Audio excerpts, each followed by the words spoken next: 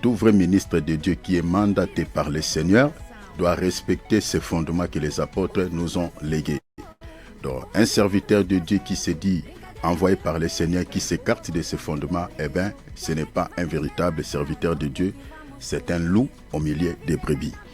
Alors, tout ce qui est dit ici, c'est vérifiable dans la parole. Mais j'aimerais que nous puissions commencer notre temps de réunion par cette petite exhortation, parce que j'aimerais nous interpeller, parce que le Seigneur revient bientôt, il revient. Les signes qui annoncent sa venue, mes bien-aimés, je vous dis, devant le Seigneur de gloire, sont accomplis. Jésus n'est pas si loin. Pourquoi? Qui me pousse à le dire? Qu'est-ce qui me pousse plutôt à le dire? Quand on regarde les événements du temps actuel sur le plan géopolitique, mes bien-aimés, cela approuve suffisamment que le Seigneur est proche à la porte. Parce que les prophéties bibliques marchent de pair avec les événements, tout ce qui se passe à travers le monde.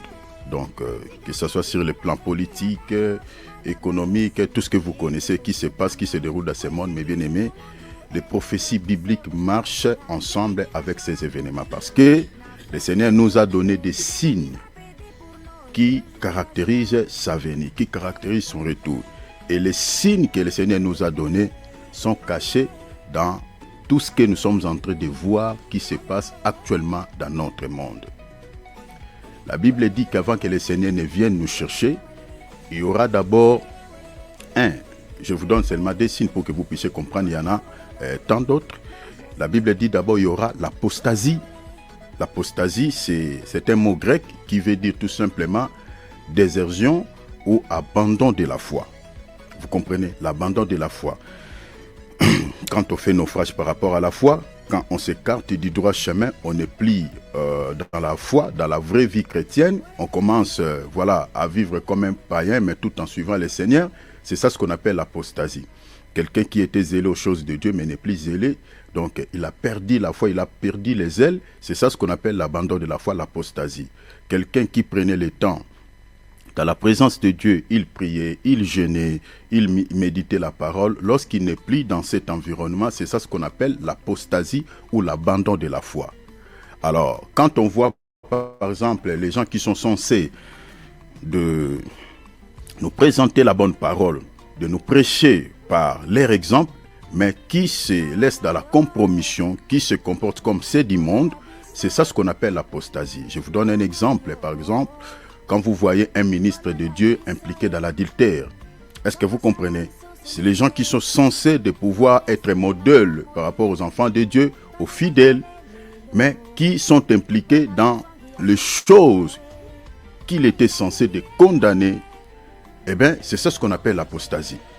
Quand vous entendez souvent les divorces dans les milieux chrétiens, dans les milieux des croyants, des enfants de Dieu, c'est ça ce qu'on appelle l'apostasie. Un serviteur de Dieu qui trompe sa femme, une femme qui trompe son mari. Vous voyez? C'est ça ce qu'on appelle l'apostasie. Les gens abandonnent la foi, ils vivent comme des païens.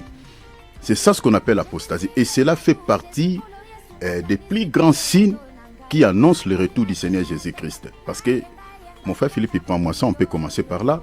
2 Thessaloniciens pour que les enfants de Dieu comprennent les signes qui caractérisent le retour du Seigneur Jésus-Christ. Prends 2 Thessaloniciens chapitre 2, lis les versets 3 et 4. Que personne ne vous séduise d'aucune manière. La Bible dit que personne ne vous séduise d'aucune manière. Car il faut que l'apostasie soit arrivée auparavant. Il faut d'abord que l'apostasie. L'apostasie, c'est un signe précurseur qui précède la venue du Seigneur. C'est comme les motards. Avant que le président ne passe, il y a d'abord les motards qui passent avant pour vous signaler que, attention, donc si il y a quelques véhicules qui créent des embouteillages, les motards précèdent déjà le président pour écarter, dire aux gens que laissez la route libre parce que le chef arrive. Donc l'apostasie, c'est comme les motards, les policiers qui annoncent, attention, préparez-vous parce que il est en route, le chef arrive, le Messie, le patron, le roi des rois arrive.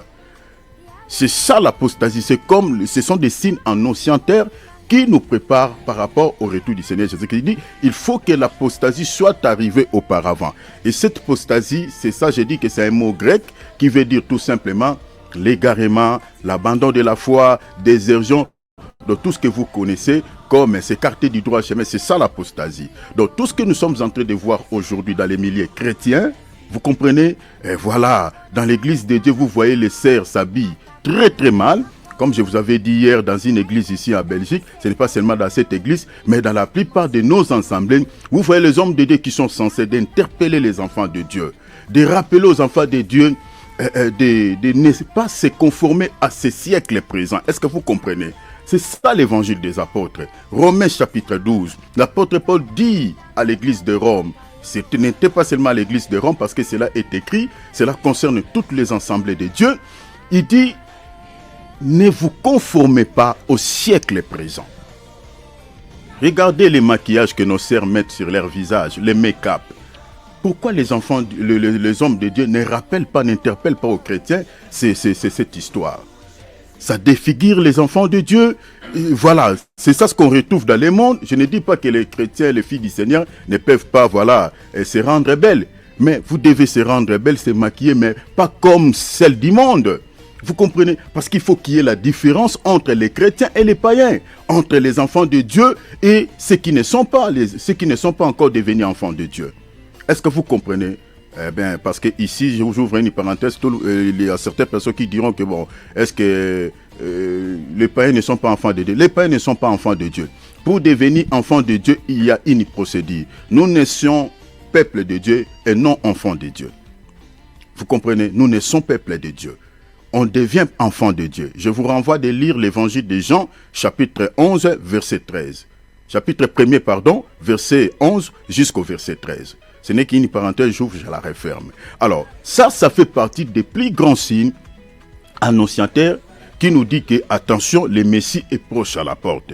L'apostasie, l'abandon de la foi. Quand on voit les enfants de Dieu s'habiller très mal, les filles de Jésus-Christ s'habillent très mal, comme je viens de vous dire, une chantre de l'Éternel qui chantait, mais elle avait porté une mini-jupe qui laissait, mes bien-aimés, toutes ses parties intimes à l'extérieur, alors qu'elle chantait pour le Seigneur. Alors l'homme de Dieu était là, et puis elle trouve ça normal. Je peux vous montrer la photo, mais comme c'est, voilà, la photo de quelqu'un, ça, ce n'est pas bien. Vous comprenez? Mais bien aimé, ça m'a estomaqué. Je dis ça, ce sont des églises qui vont rester, qui ne partiront pas à l'enlèvement. Parce que ce n'est pas comme ça. L'église de Dieu n'est pas une boîte de nuit. N'est pas une boîte de nuit. Même quand je parle là, ça me fait mal. Ça me fait mal. Donc c'est par là que nous comprenons que l'église de Dieu est infiltrée par les loups cruels. Est-ce que vous comprenez cela? Les enfants de la Bible dit les filles de Jésus-Christ doivent s'habiller de manière décente. Tout celui ou toute celle qui sait dans son cœur que je suis fille du Seigneur, je suis chrétienne, doit respecter cette écriture, doit s'habiller de manière décente. La Bible dit avec pudeur. C'est compliqué, je ne sais comment on peut prêcher. Alors ça aussi, ça fait partie de ce que l'apôtre Paul dit, l'apostasie. C'est-à-dire, les gens se conforment comme ceux du monde, mais ils continuent à suivre. C'est ça ce qu'on appelle l'abandon de la foi. Donc il n'y a plus la vie. Les gens se sont déjà retournés dans le monde, mais voilà, avec une étiquette chrétien, religieux, tout ça. C'est l'apostasie. Les gens n'ont plus la vie de l'esprit. C'est ça les vierges folles. Ils ont de la connaissance, quelques versets bibliques, mais la vie de la parole, les gens n'ont pas. Les gens n'ont pas. Ça fait partie des signes, des plus grands signes qui annoncent le retour du Seigneur Jésus-Christ. C'est-à-dire, les gens continueront à suivre le Seigneur, mais tout en gardant leurs péchés dans les cœurs, tout en gardant la mondanité, le monde dans leur vie. C'est ça ce qu'on appelle l'apostasie. L'apôtre Paul continue, mon frère, il dit l'apostasie, et puis il dit quoi? Car il faut que l'apostasie soit arrivée auparavant. Il faut d'abord que l'apostasie soit arrivée auparavant. Qu'on ait vu paraître l'homme impie. Le deuxième signe, l'apôtre Paul dit, il faut qu'on ait vu l'impie. Attention, l'impie dont on fait mention ici n'est rien d'autre que cet homme qu'on appelle la bête. Il s'appelle l'antichrist, il s'appelle l'homme providentiel, de tout ce que vous connaissez sur la bête ou le dirigeant, celui dont les dirigeants de ce monde ont parlé, comme le président français en 2020, lors d'une interview, il avait parlé de ses dirigeants. Il avait dit dans sa bouche, dans une interview, que la bête de l'événement arrive. Il n'avait pas parlé pour parler. Vous savez, Dieu dans la Bible, il a utilisé aussi les rois païens pour prophétiser, pour nous dire quelle heure sommes-nous dans l'horloge de Dieu. Le Seigneur s'est servi aussi des rois païens, comme de Nebuchadnezzar, comme de Cyrus. Est-ce que vous comprenez? Dieu s'est servi aussi. Dieu a appelé même, est allé plus loin pour dire que Cyril c'est mon serviteur, Nebuchadnezzar c'est mon serviteur. Dieu s'est servi des rois païens pour nous parler aussi. Donc c'est-à-dire ce que Macron avait dit, lui-même peut-être ne savait pas ce qu'il était en train de dire. Mais il pouvait, moi je crois qu'il était animé par l'Esprit de Dieu pour interpeller les chrétiens que le temps est proche. Il a dit que la bête de l'événement est là. Et qu'est-ce que nous sommes en train de voir aujourd'hui? Vous n'entendez pas qu'il y a un roi d'un royaume puissant qu'il est en train de prôner la paix à travers le monde. Est-ce que vous n'entendez pas ça? Vous n'entendez pas? Les gens pensent que la bête sera un extraterrestre. Ça ne sera pas un extraterrestre. Ça sera un homme en chair et en os. Un homme que nous connaissons, une personne que nous connaissons, un dirigeant que nous connaissons. C'est ça, Apocalypse chapitre 17. C'est lui, c'est-à-dire il va unifier les mondes. Vous voyez? Parce que si vous regardez un article qui a été publié, je crois, en 2012, l'ONU avait subdivisé le monde en 10 territoires. Cet article-là, je ne sais pas si on a enlevé ça. Mais moi, j'avais ça ici. J'avais même téléchargé ça. Avait subdivisé le monde en 10 territoires. L'Afrique noire était subdivisée en 2. Et le Maghreb, il y avait aussi un roi qui dirigeait le Maghreb. Après l'Europe, je crois, c'était... Voilà. Si vous regardez cet article, vous allez voir comment on avait réparti ce monde en 10 territoires, conformément à la prophétie de ces passages d'Apocalypse 17. Lisez à partir du verset 9. Vous pouvez lire même tous les chapitres. Et il y a un roi qui est en train d'unifier le monde, qui est en train de prôner la paix, qui est en train de faire cesser la guerre. Est-ce que vous pensez que c'est par hasard? Où sont les prophètes pour dire aux enfants de Dieu que le temps est fini, le moment du départ est arrivé? Où sont-ils les prophètes? Nous n'avons que des prophètes qui nous disent que voilà, j'avais pas les Wi-Fi. Quand j'arrive dans un aéroport, eh bien, j'ai utilisé l'esprit prophétique, je me suis connecté au Wi-Fi de quelqu'un. Et ce sont les prophètes que nous avons. Un prophète qui est en train de voler le Wi-Fi de quelqu'un, ça a demandé la permission. Il récupère, je ne sais pas, par la magie, par la cabale, les codes de quelqu'un, utilise son Wi-Fi sans que la personne le sache. Et puis il dit ça sans honte. Ce sont les prophètes que nous avons, qui ne voient que de l'argent dans les poches des chrétiens, qui ne prophétisent que des balivernes. Alors au lieu de fixer les enfants de Dieu par rapport au temps, le temps est proche. Le temps est quasiment fini. Cet homme qui est en train d'unifier le monde, qui est en train de faire tout pour qu'il y ait la paix dans tous les pays à travers le monde, vous pensez que c'est par hasard? Mais ça peut être cet homme. Ça peut être lui. Parce que l'Antichrist aura des casquettes. Lisez Apocalypse chapitre 12. La Bible dit, on a vu une femme monter sur une bête.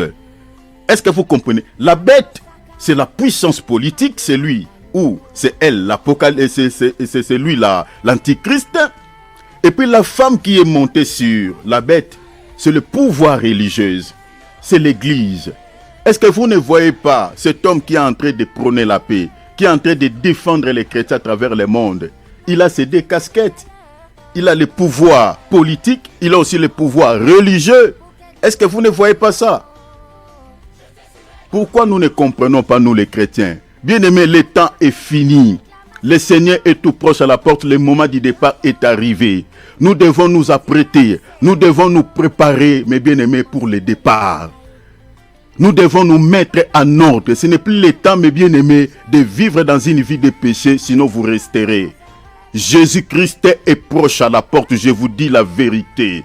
Il est tout proche à la porte. Repentons-nous, parce que c'est ça la seule clé qui nous accordera l'accès au ciel. Sans la repentance, mes bien-aimés, la porte du ciel est fermée. La repentance est attachée au royaume.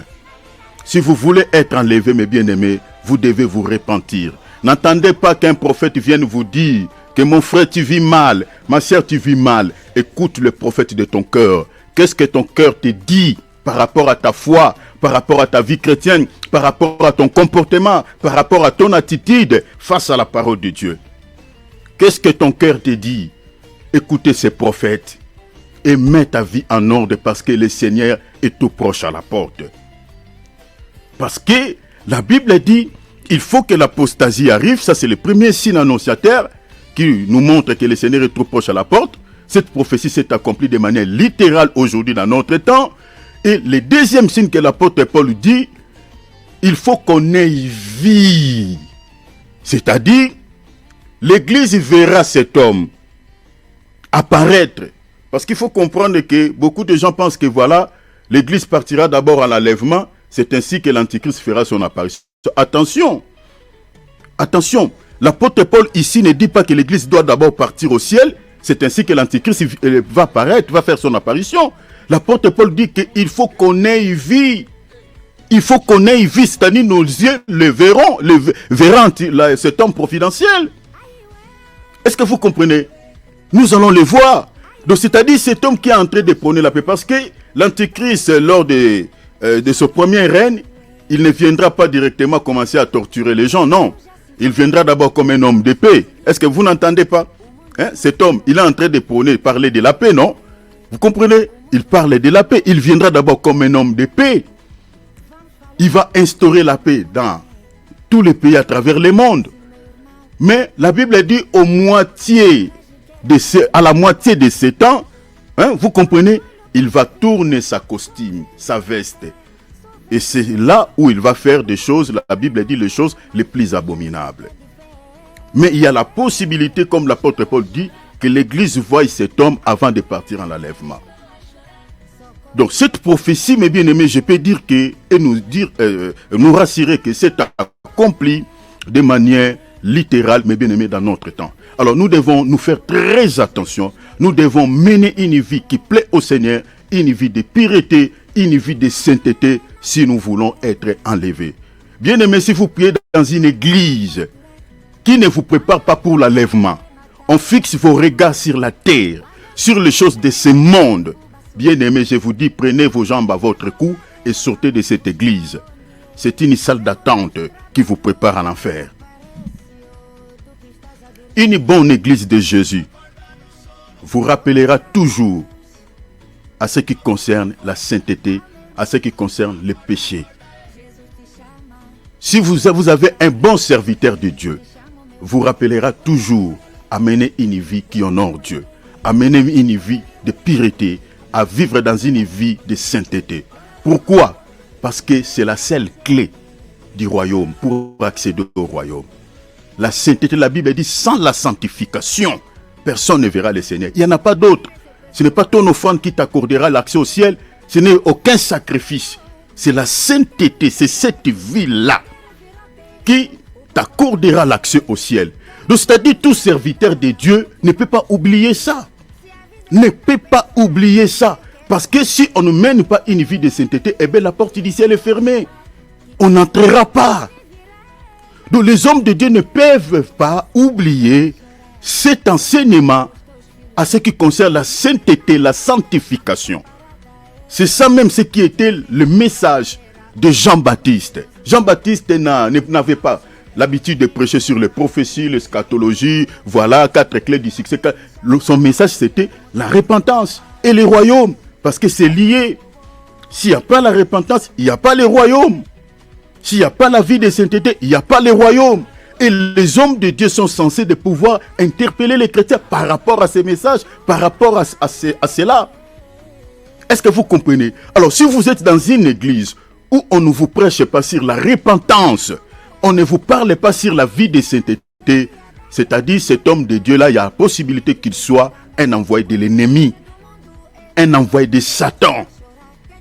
Parce que si le corps que nous avons, mes bien-aimés, aime le mal, aime le péché, si on ne vous pousse pas à mener une vie de sainteté, si on ne vous pousse pas à vivre dans une vie qui honore Dieu, eh bien vous allez vivre dans les péchés, parce que notre corps aime les péchés. Donc les hommes de Dieu sont censés de pouvoir les rappeler, parce que la Bible dit sans laquelle personne ne verra le Seigneur.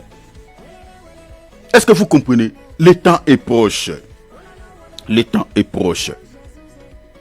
Préparons-nous pour le départ. La paix que vous êtes en train d'entendre, que cet homme est en train de dire la paix, la paix, la paix. Ne pensez pas que voilà, parce qu'on veut faire les bien au monde. Non, c'est une prophétie qui s'accomplisse parce que le Seigneur revient très bientôt. Et cet homme peut être celui dont on parle dans 2 Thessaloniciens chapitre 2, verset 3. Il peut être cet homme-là. Continuez mes bien-aimés. Et puis on dit quoi? L'adversaire qui s'élève au-dessus de tout ce qu'on appelle Dieu ou de ce qu'on adore. Il va jusqu'à s'asseoir dans le temple de Dieu, se proclamer lui-même Dieu. C'est cet homme dont on parle.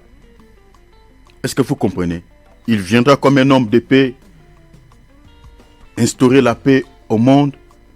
Il sera acclamé parce que la paix qu'il a entrée d'instaurer à travers le monde, mais bien aimé, dans tous les pays où il y a la guerre, si cet homme-là, au fait, j'aimerais dire, s'autoproclame en tant que roi de toute la terre, mais bien aimé, personne ne le refusera.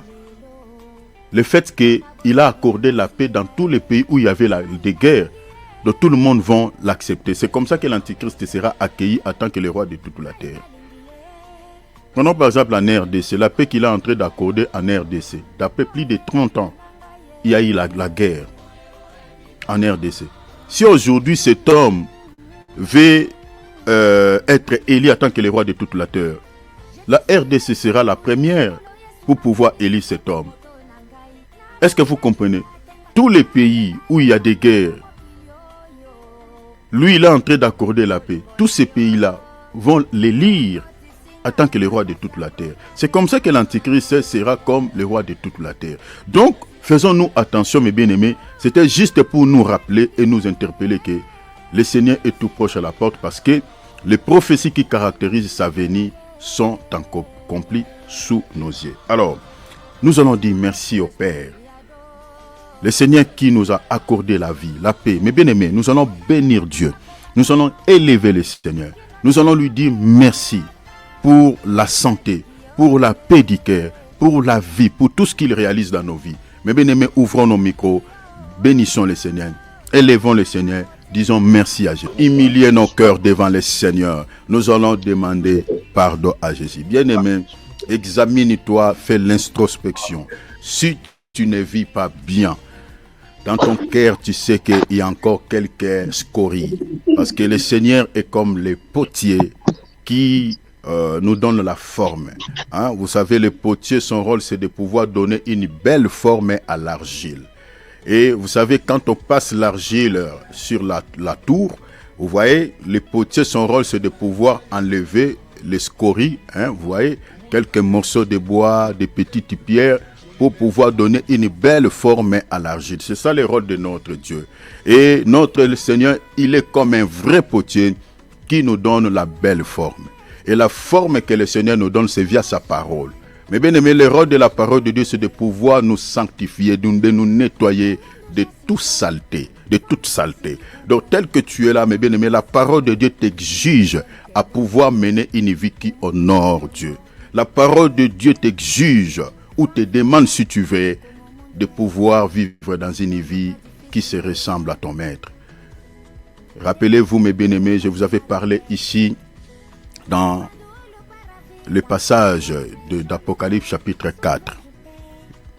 Jean, sur l'île de Patmos, avait vu le Seigneur qui avait l'apparence de la pierre de jaspe. Il avait l'apparence de la pierre d'abord de sardoine et puis de jaspe. Et si vous lisez Apocalypse chapitre 21, vous allez voir, on voit aussi l'épouse du Seigneur avait aussi sur elle l'apparence de cette pierre de jaspe. Est-ce que vous voyez? C'est ça ce qui est dit dans Genèse chapitre 3. La Bible dit, je lui ferai une aide semblable. Est-ce que vous voyez cela? Donc Adam, le véritable Adam, c'est le Seigneur Jésus-Christ. C'est ça ce qui est dit dans 1 Corinthiens chapitre 15, verset 45. La Bible dit, Jésus est le second Adam. Or, la femme d'Adam, c'est Ève. Or, Ève, qui est l'épouse du Seigneur Jésus-Christ, c'est l'Église. Alors, l'Église qui est l'épouse du Seigneur Jésus-Christ doit être semblable. Vous comprenez? Semblable à son mari. Parce que le Seigneur dit dans Genèse 3, pour créer Ève, il dit, il faut que Ève soit la ressemblance, se ressemble à son mari. Je lui ferai une aide semblable. Jésus-Christ en tant que le second Adam, en tant que le véritable Adam, l'épouse ou ce chrétien qui sera qualifié en tant qu'épouse du Seigneur Jésus-Christ doit se ressembler à Jésus. C'est ça l'image que Jean avait vue sur le Seigneur. Il y avait l'apparence, au fait, l'image de la pierre de jaspe. On voit cette même image dans Apocalypse 21 sur l'épouse. L'épouse du Seigneur avait aussi l'apparence de la pierre de jaspe. C'est-à-dire, vous voyez que la femme se ressemble à son mari. Est-ce que vous comprenez? Mais bien aimé, l'église que le Seigneur viendra chercher, c'est cette église qui se ressemble à lui. C'est-à-dire, le Seigneur est saint. Cette église qui sera enlevée doit être aussi saint. L'apôtre Pierre dit, comme celui qui vous a appelé est saint, vous aussi, marchez saint dans toute votre conduite, parce que votre Père est saint. Comme celui qui vous a épousé est saint, vous devez aussi vivre dans une vie de sainteté. Alors, il arrive des fois que nous trébuchons à cause de nos faiblesses. Alors, répands-toi sincèrement et fais un effort de ne pas pouvoir faire des réussites. À des moments comme ceci, mes bien-aimés, ce n'est pas bon de pouvoir faire des cheats. C'est rétrograder dans la foi, faire naufrage par rapport à la foi. Parce que Jésus est tout pour. Je vous dis la vérité. Vous savez tout ce que nous sommes en train de dire, l'un des 4 matins, ça va s'accomplir. Rappelez-vous, je nous avais dit ici, j'avais vu dans une vision un homme qui était en train de me dire, je voyais d'abord devant moi, il y avait une femme qui avait transporté de lourdes charges. Et cet homme qui était, en fait, je n'avais pas vu le monsieur qui me parlait, mais j'entendais une voix qui me disait que aidez cette femme-là qui a la charge. Transporte cette charge. Et j'avais compris après les rêves que la femme dont on me montrait, ce n'était rien d'autre que l'Église qui a des fardeaux. Et nous, le rôle de nous en tant qu'hommes de Dieu, serviteurs de Dieu, c'est de pouvoir décharger les enfants de Dieu de leur charge. C'est ça le rôle du Seigneur. Parce que la Bible dit, déchargez-vous sur lui de tous vos fardeaux. Le Seigneur aujourd'hui, il travaille avec ses ministres. Comme l'apôtre Paul dit, nous sommes ouvriers avec Christ. Est-ce que vous comprenez? Donc, c'est-à-dire, notre rôle, c'est de pouvoir décharger l'épouse du Seigneur. Et ce monsieur, la voix que j'entendais, de ce monsieur, c'était la voix d'un homme. Il me disait, le temps est proche. Le temps est proche. Très bientôt, l'enlèvement de l'église aura lieu. J'ai eu cette vision, pas si loin, je crois l'année passée, si je m'abuse, l'année passée. C'est-à-dire, le Seigneur revient, il est tout proche à la porte. Nous devons, mes bien-aimés, nous sanctifier parce que c'est ça ce qui nous accordera l'accès au ciel. Alors, demande pardon au Seigneur. Si tu ne vis pas bien, vraiment ouvre ton cœur au Seigneur. Si tu es seul dans ta chambre, tu peux te mettre même à genoux. Tu demandes la grâce de Dieu. Si tu vis dans un péché, chéri, demande vraiment, Seigneur, aidez-moi à se débarrasser de ces péchés. Tout seul, je ne peux pas. Seigneur, fais-moi grâce. Je vais vivre dans une vie qui te plaît. Alors, ouvrons nos micros, demandons la grâce de Dieu, sanctifions-nous. Mais bien aimé, la vie de prière, c'est quelque chose qui a été toujours combattu. Même en dehors des réunions, il faut toujours la demander auprès du Père. Jésus a dit, sans moi, vous ne pouvez rien faire. Il a dit ça dans sa parole, dans Jean chapitre 15. Sans l'aide de Dieu, mes bien-aimés, prier, ce sera un corvée. Vous savez, on peut, les 24 heures que Dieu nous donne, tu peux tout faire tout au long de ces 24 heures. Mais lorsqu'il est question de prier, il y a toujours des esquisses. Ce n'est pas par hasard parce que c'est le diable qui combat la prière. Et tout ce que nous cherchons auprès du Seigneur, nous ne pouvons l'obtenir sans passer par la prière. Dieu nous bénit par la prière. Dieu nous délivre par la prière. Tout ce que Dieu nous donne, c'est par cette voie. Donc si on enlève la prière, ça sera tellement compliqué dans nos vies pour que nous puissions obtenir quelque chose auprès du Seigneur. Voilà pourquoi vous ne pouvez pas, mes bien-aimés, négliger cette belle voie que le Seigneur a mis à notre disposition pour pouvoir entrer en contact avec lui. Regardez dans l'évangile de Matthieu chapitre 13. La Bible dit, l'ennemi a semé livré pendant que les gens dormaient. L'apôtre Paul dans l'épître aux Éphésiens, je crois chapitre 2 ou chapitre 3, il est en train de nous exhorter en disant, réveille-toi, toi qui dors, et Christ t'éclairera. Pourquoi l'apôtre Paul parle ainsi? Parce que les apôtres savent, selon les enseignements du Maître, que l'ennemi sème là où il y a le sommeil. Le Seigneur dit dans Matthieu 13, lisez à partir du verset 24, il dit l'ennemi a sémé la mauvaise plante pendant que les gens dormaient. Pourquoi il n'a pas sémé pendant que les gens étaient en train de veiller? Mais il a entendu que les gens dorment pour qu'ils viennent s'aimer des soucis. Beaucoup de soucis qui nous entourent, l'ennemi l'a sémé à quel moment? Peut-être pendant qu'on était en train de dormir. Ici, je parle du sommeil spirituel. Un chrétien qui ne prie pas, il est déjà tombé dans un profond sommeil sur le plan spirituel. Un chrétien qui ne vit plus sa foi, qui ne lit plus la Bible, il est tombé dans un profond sommeil sur le plan spirituel. Et quand on tombe dans le sommeil spirituel, cela donne l'avantage à l'ennemi. Cela donne l'avantage aux sorciers. Cela donne l'avantage aux esprits méchants de pouvoir nous terroriser. C'est pour cela l'apôtre Paul exhorte l'église, il dit, réveille-toi, toi qui dors, réveille-toi d'entre les morts. Les morts ici, ce sont les païens, les gens qui n'ont pas la vie de l'esprit, les gens qui n'ont pas encore donné leur vie à Christ. Parce que l'apôtre Jean dit, celui qui a le Fils de Dieu a la vie, celui qui a Jésus a la vie, celui qui n'a pas Jésus n'a pas la vie. Un païen, c'est quelqu'un qui n'a pas Jésus, n'a pas la vie. Il se ressemble à un mort, il se ressemble à un cadavre ambulant. Maintenant, toi qui as déjà Jésus, tu ne peux pas se ressembler à un païen parce qu'un païen ne prie pas. Un païen ne jeûne pas. Un païen ne médite pas la Bible. L'apôtre Paul dit, réveille-toi, toi qui dors parmi les morts. Ne te ressemble pas aux gens qui ne prient pas.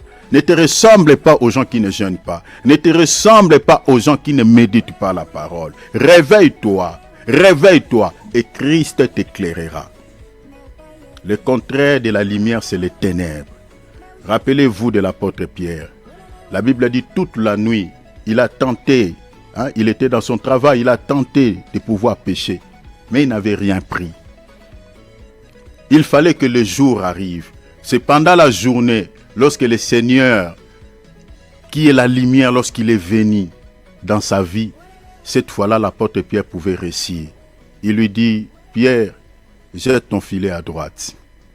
Il dit, mais pendant la nuit, il dit, non, toi tu es l'enfant de la lumière, tu ne peux pas réussir dans la nuit. Tu dois réussir pendant la journée. Je suis la lumière. Jette à la droite. Vous voyez, toi tu es l'enfant de la lumière. Quand tu tombes dans les sommets spirituels, tu es enveloppé des ténèbres. Et la réussite peut s'éloigner de toi. Le succès peut s'éloigner de toi. La victoire peut s'éloigner de toi. Parce que dans les ténèbres, tu ne peux pas réussir. Dans les ténèbres, Dieu ne peut te visiter. C'est pour cela que l'apôtre Paul dit, réveille-toi d'abord. Et tu verras la lumière. Christ t'éclairera.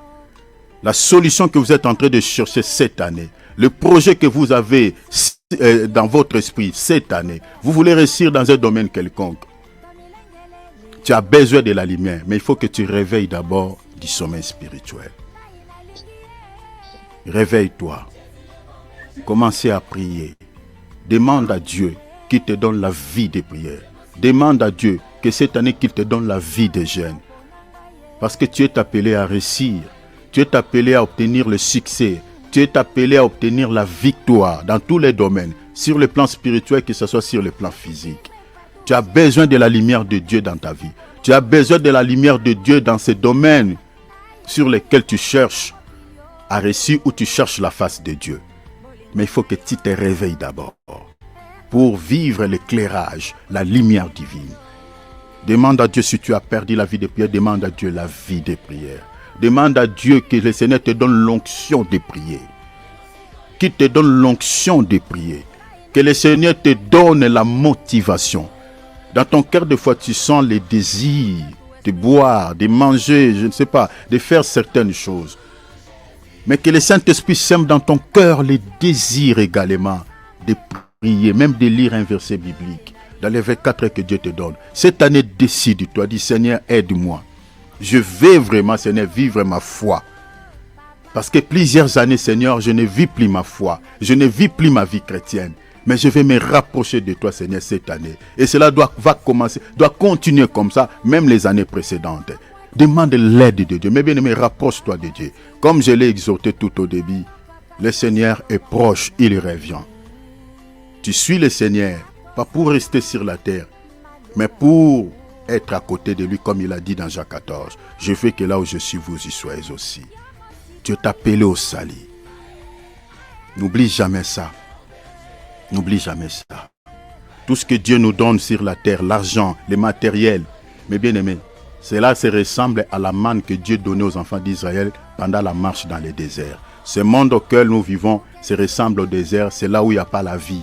C'est là où il y a la sécheresse.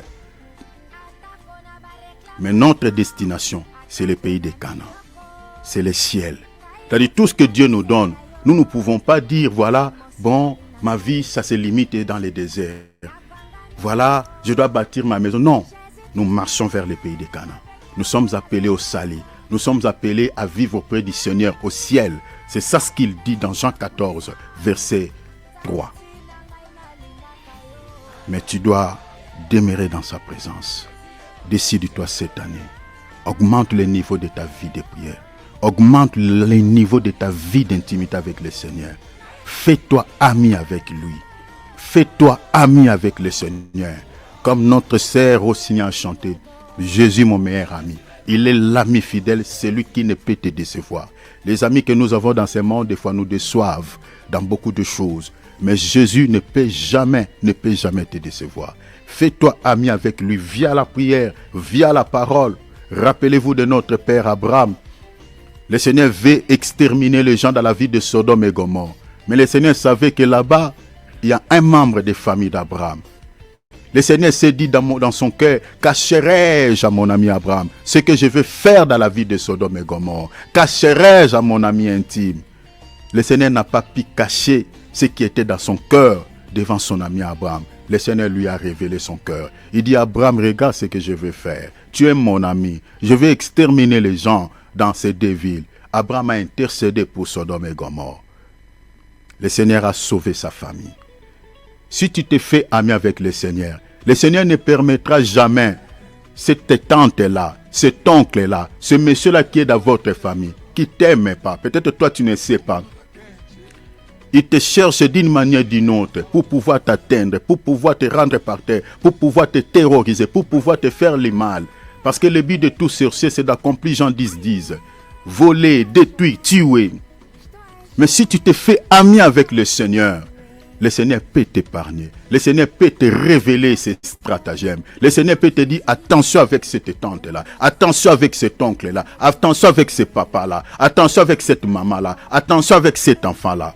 Parce que des fois, nous sommes mal environnés. Des fois, on ne sait pas qui est qui est à côté de moi. Des fois, on ne sait pas. C'est le Seigneur qui connaît l'identité de chaque être humain. Si tu te fais ami avec le Seigneur t'aidera si une mauvaise personne se rapproche de toi. Le Seigneur te mettra en garde parce que tu es son ami. Fais-toi ami cette année avec le Seigneur parce qu'il est l'ami fidèle. Il ne te laissera pas tomber entre les mains de tes adversaires. Il te soutiendra. Rapproche-toi de lui par la prière. Rapproche-toi de lui par des disciplines, par des jeûnes. Évite la charnalité. Ne passez plus ton temps, tous les 24 heures que Dieu te donne dans la chair.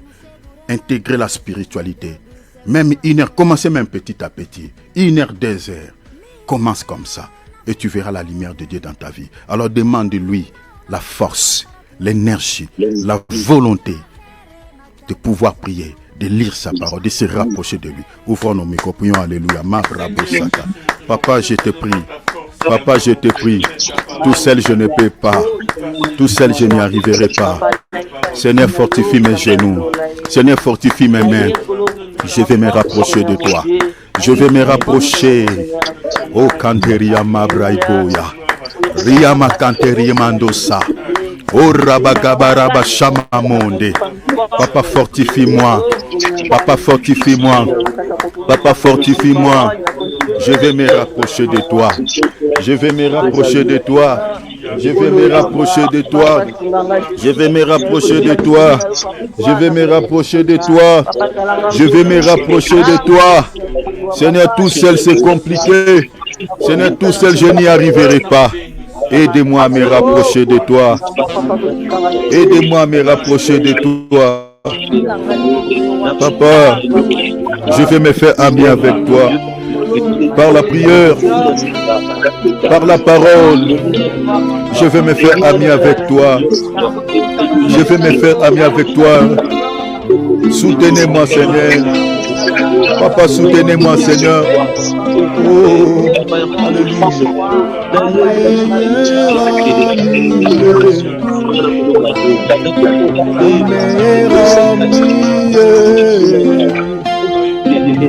meilleur ami. Je suis meilleur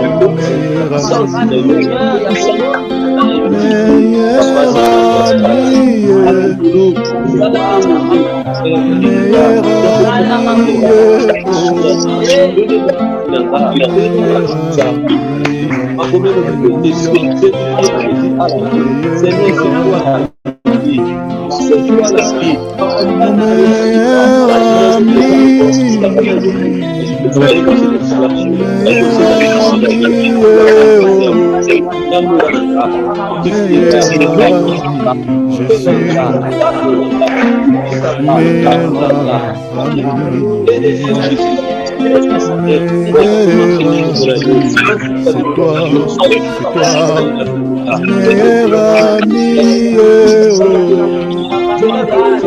Meilleur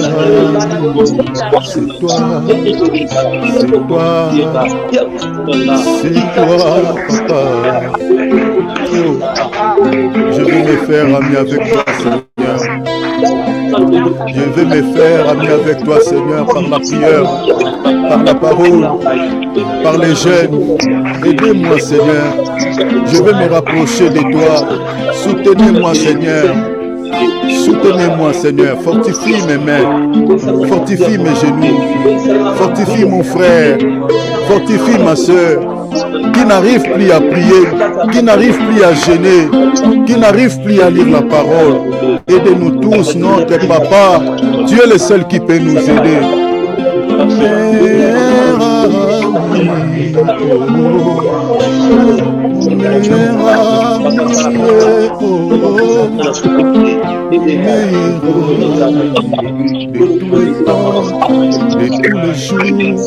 De tous les temps.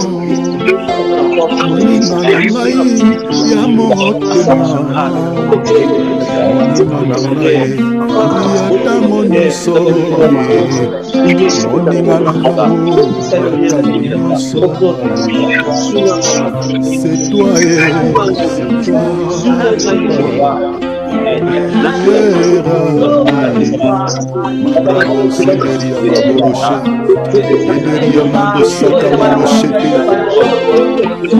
aidez-nous, papa. Pesa biso makasi nzambe akosambela ye papa. Losambo efutaka papa. Sunga biso osalelaka biso bolamu ebele na nzela ya losambo yawe. Osalelaka biso babolamu ebele na nzela ya prière. Seigneur, tu nous délivres à travers la prière. Tu nous bénis à travers la prière. Seigneur, c'est cette voie. C'est par cette voie que tu nous visites. C'est par cette voie, Seigneur, que tu entres en contact avec nous, notre Dieu. Aide-nous, Jésus, à prier. Fortifie-nous, Seigneur. Motive-nous, donne-nous la motivation Donne-nous la vie de prière. Donne-nous l'onction de prier. Donne-nous l'onction de jeûner. Oh Seigneur, cette année, nous voulons être des hommes et des femmes de prière. Cette année, Seigneur, nous voulons nous rapprocher de toi. Nous voulons nous rapprocher de toi. Soutenez-nous, Shiloh. Eh Yahweh. Eh Yahweh. Soki yote nambe nani mosusu papa. Soki yote nani Yesu na ngai. Nani. Seigneur, qui d'autre que toi, Seigneur? Qui peut nous aider comme toi? Qui peut nous encourager comme toi? Qui peut nous fortifier comme toi? Seigneur, sans toi, Seigneur, on est mort. Sans ton aide, Seigneur, on est foutu. La Bible me dit, Seigneur, l'esprit que tu nous as donné, ce n'est pas un esprit de faiblesse, mais c'est un esprit de force. C'est un esprit de puissance. Saint-Esprit, fortifie-nous. Fortifie-nous. Fortifie-nous à nous rapprocher du Seigneur.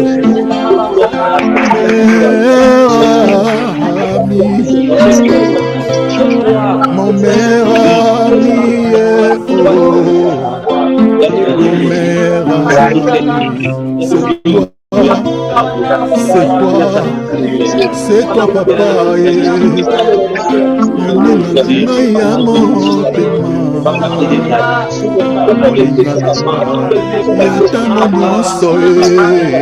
C'est toi Jésus, c'est toi Jésus, c'est toi papa, c'est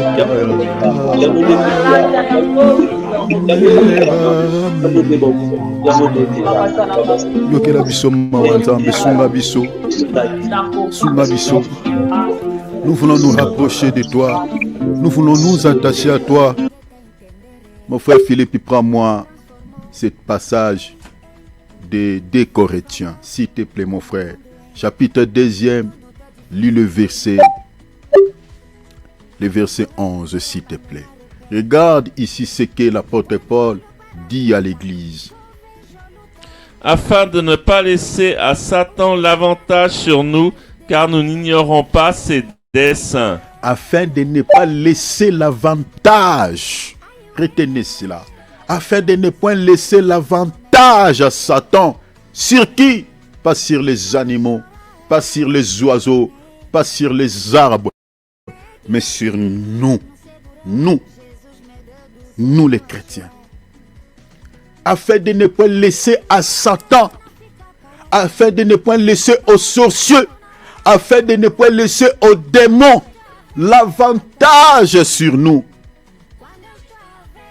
L'apôtre Paul dit, car nous n'ignorons point ses desseins, ses objectifs. L'apôtre Paul dit ici que le diable a des desseins, le diable a des objectifs. Et les objectifs de Satan, c'est ça ce qui est décrit dans Jean chapitre 10, verset 10. Voler, détruire, égorger. Ce sont les 3 objectifs de Satan. C'est ça ce que les sorciers et les démons cherchent à accomplir tous les jours dans ce monde. L'apôtre Paul dit, afin de ne point accorder l'avantage à Satan. À quel moment nous accordons l'avantage à Satan? À quel moment nous accordons l'avantage aux démons? À quel moment nous accordons l'avantage aux sorciers? C'est lorsqu'on ne prie plus. C'est lorsqu'on ne jeûne plus. C'est lorsqu'on s'éloigne du Seigneur. On n'a plus la vie de l'esprit. On n'a plus la vie de la parole. On se laisse entraîner dans les péchés. L'apôtre Paul dit, ne donnez pas l'accès à Satan. Quand on pêche, on ouvre une porte à l'ennemi. Quand on vit mal, on laisse l'avantage à Satan et aux sorciers. Afin de ne point laisser l'avantage à Satan sur nous, l'apôtre dit sur nous. Nous sommes les enfants de Dieu. Nous sommes sauvés par le sang de Christ. Mais l'apôtre Paul nous met en garde de ne pas pouvoir donner à ces derniers l'avantage sur nous.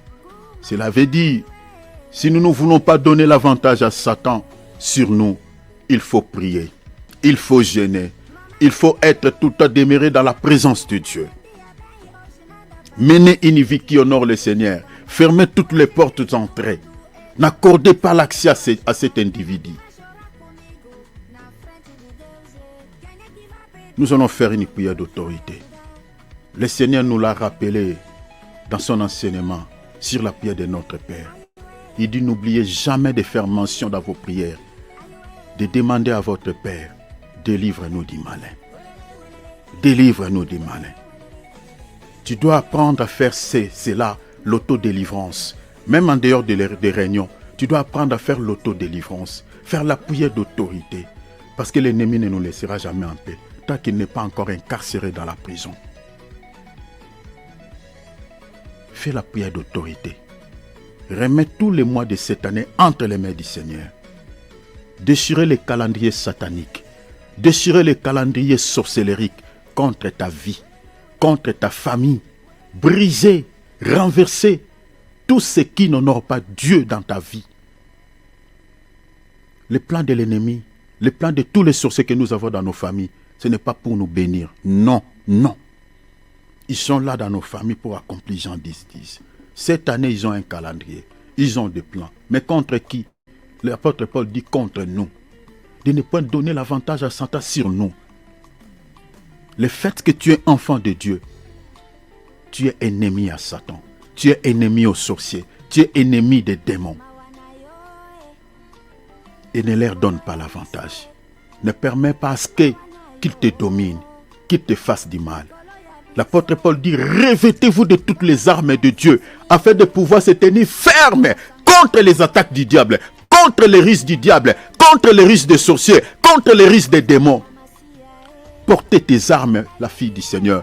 Porte tes armes, fils de Dieu. Porte tes armes. Le but, l'objectif pour lequel le Seigneur a mis toutes ses armes, son arsenal à notre disposition, c'est pour pouvoir faire face, la Bible dit, contre les diables, contre son royaume. Revête-toi de ces armes. Utilise-les maintenant. Parce que nous avons des armes défensives et offensives. Des armes d'attaque et des armes de protection. Alors utilise toutes ces armes. Tu ne sais pas ce que l'ennemi a préparé. Mais ils ont des projets. La Bible nous révèle, la Bible dit, nous n'ignorons pas les desseins. Les desseins, ce sont des projets. Ce sont des objectifs que le diable a. Il a des projets. Cette année, ils ont des projets. La Bible dit contre nous. Donc tu dois comprendre cela. Et tu dois toujours, mes bien-aimés, se mettre aux aguets et faire des prières offensives, des prières d'attaque, de renverser tout ce qui est déjà planifié dans le monde des ténèbres, de demander le feu de Dieu de consumer des cérémonies sataniques contre ta vie, des cérémonies sataniques contre ta famille. Tu dois demander le feu parce qu'il est écrit, toute plante que le Père n'a pas plantée sera déracinée et jetée au feu. C'est par le fait que l'Éternel exerce son jugement. Alors, revête-toi de toutes ces armes. L'arme ici, c'est la parole. Récupérez les versets que tu connais pour chasser Satan, pour renverser ses plans dans votre vie. Récupérez tous ces versets, c'est ça l'arme. L'arme est sophistiquée, c'est la parole. La Bible a dit, à mon nom, vous chasserez les démons. Rappelle au Seigneur toutes ses promesses. Le Seigneur a dit, en son nom, nous chasserons le démon. Le Seigneur a dit, je vous ai donné le pouvoir sur le serpent, sur le scorpion, sur toute la puissance de l'ennemi. Rien ne pourra vous nuire. C'est ça l'arme. Ce sont les promesses de Dieu. Parce que le diable, lorsqu'il attend la parole de Dieu, il obéit, il obtempère. Alors mettez-les hors d'état de nuit. Élevons nos voix. Remettez tous les mois entre les mains du Seigneur. Que le Seigneur gère pour toi tous les mois de cette année. Et dis au Seigneur, je n'attends rien de la part de l'ennemi. Je n'attends rien de la part des sorciers. Seigneur, protège ma vie. Protège ma famille. Protège mes enfants. Protège mon mari. Protège mon épouse. Demandons au Seigneur. Élevons nos voix. Prions. Alléluia. Alléluia. Et au Seigneur la grâce. Vous savez, la grâce, ça ressemble à la clé de passe-partout. La grâce ne dépend pas parce que tu as fait un bien au Seigneur, parce que tu mérites. Non, c'est parce que tu as trouvé grâce aux yeux de Dieu. La grâce, c'est une mesure de clémence, c'est la clémence. C'est-à-dire, Dieu t'accorde une faveur que tu ne mérites pas. Vous savez, des fois, Dieu n'exauce pas nos prières quand on demande des choses. Parce que si vous lisez, par exemple, Romains 8, à partir du verset 26 jusqu'au verset 27, la Bible dit, nous ne savons pas prier. Ce que Dieu vraiment, que cela vient de nos cœurs de foi, ce n'est pas ça ce qu'on dit. C'est pour ça, si vous lisez ce passage, la Bible dit, l'Esprit nous aide dans notre faiblesse parce que nous ne savons pas ce qui nous convient de demander dans nos prières. Le Saint-Esprit intercède par des soupirs inexprimables. Des fois, on peut demander une chose à Dieu. Peut-être l'intention sur laquelle nous demandons la chose n'est pas peut-être bonne, mais sans se rendre compte. C'est pour cela que Dieu, des fois, nous donne des choses par sa grâce. C'est pour cela, cette année, tu as suffisamment besoin de la grâce de Dieu. Cette année, demande la grâce de Dieu. Je sais que tu as des projets. Tu veux réussir dans un domaine quelconque.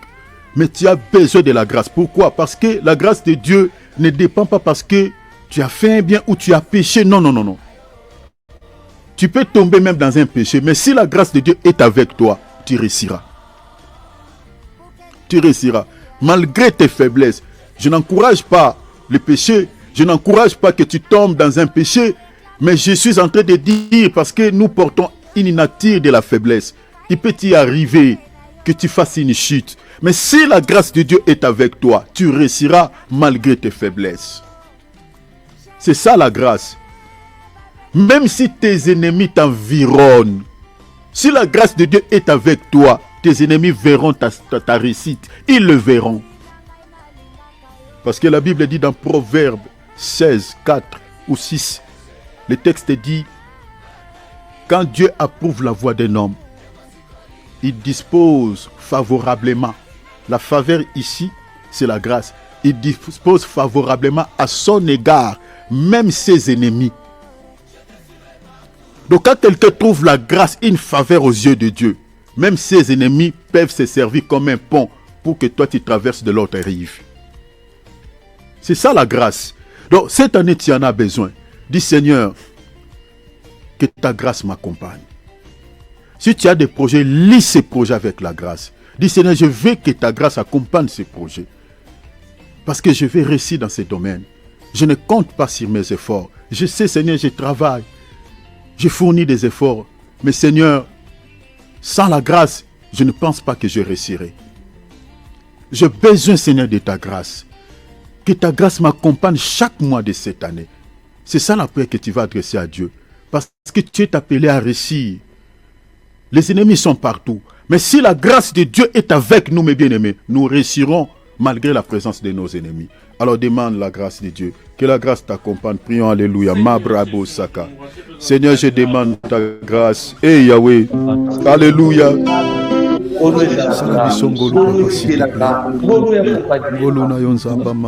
Amen. Bien-aimés, une fois de plus, je vous salue au nom de Jésus.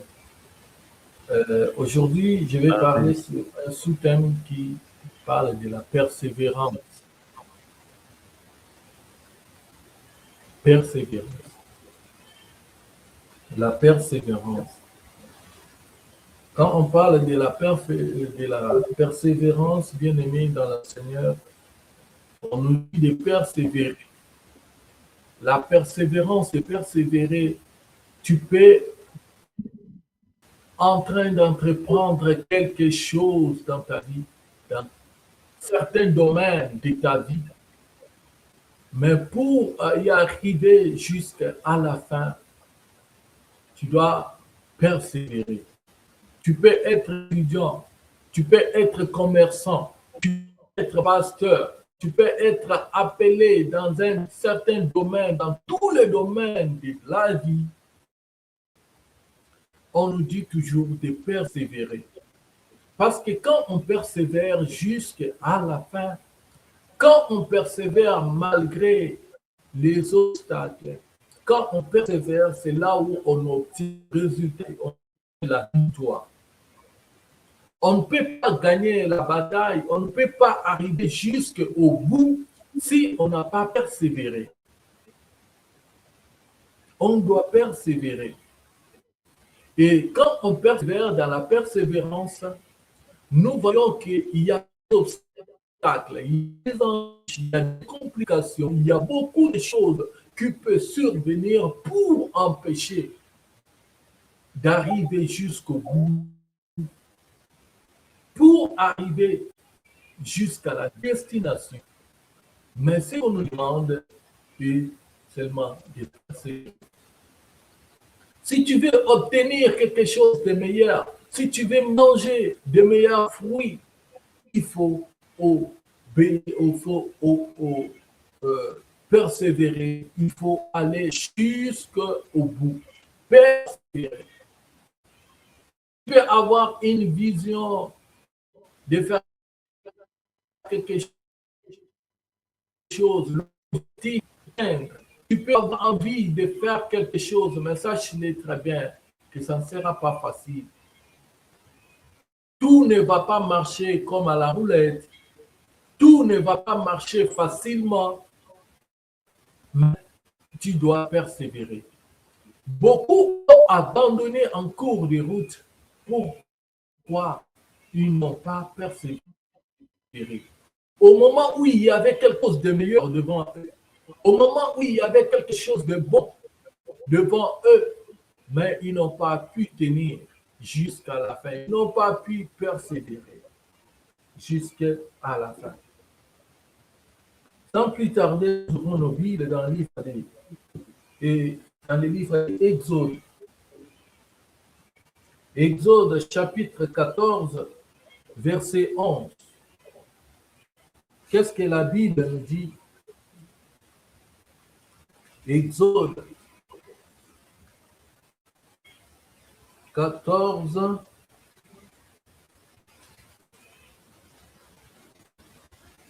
Exode 14, 11.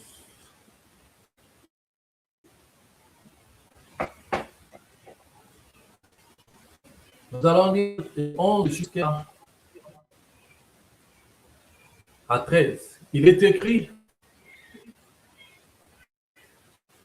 dire à Moïse, n'y avait-il pas de sépulcre en Égypte sans qu'il en soit besoin, sans qu'il soit besoin de nous mener mourir au désert? Que nous as-tu fait en nous faisant sortir d'Égypte? N'est-ce pas là ce que nous te disons en Égypte? Laisse-nous servir les Égyptiens, car nous aimons mieux servir les Égyptiens que de mourir aux désert. 13. Moïse répondit au peuple, ne craignez rien, restez en place. Regardez la délivrance que l'Éternel va vous accorder en ce jour, car les Égyptiens que vous voyez aujourd'hui, vous ne les verrez plus jamais. Amen. Car les Égyptiens que vous voyez aujourd'hui, vous ne les verrez plus jamais. Amen. Bien-aimés dans le Seigneur, ici nous venons de lire l'histoire qui s'est passée avec un peuple de Dieu, le peuple d'Israël. Ce peuple était en captivité en Égypte. Ce peuple a tant souffert sous les jougs de Pharaon. Ce peuple a souffert d'une façon terrible. Ce peuple qui s'est lamenté, qui était assujetti, qui passait des temps difficiles d'esclavage, des temps où il y avait la persécution, il y avait des maltraitances, il y avait des choses qui se passaient inhumaines. Mais Dieu, par son amour, a vu la souffrance du peuple en Moïse pour venir libérer son peuple. Et Dieu, en choisissant Moïse, il a dit que j'ai entendu les cris de mon peuple monte jusqu'à ma face. J'ai entendu les cris, j'ai vu leur souffrance.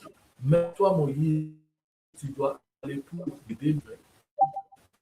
Bien aimé dans le Seigneur, la persévérance, quand il y a une persévérance quelque part, sachez les trucs. Quand vous y arrivez, quand vous arriverez au bout, vous serez dans la joie.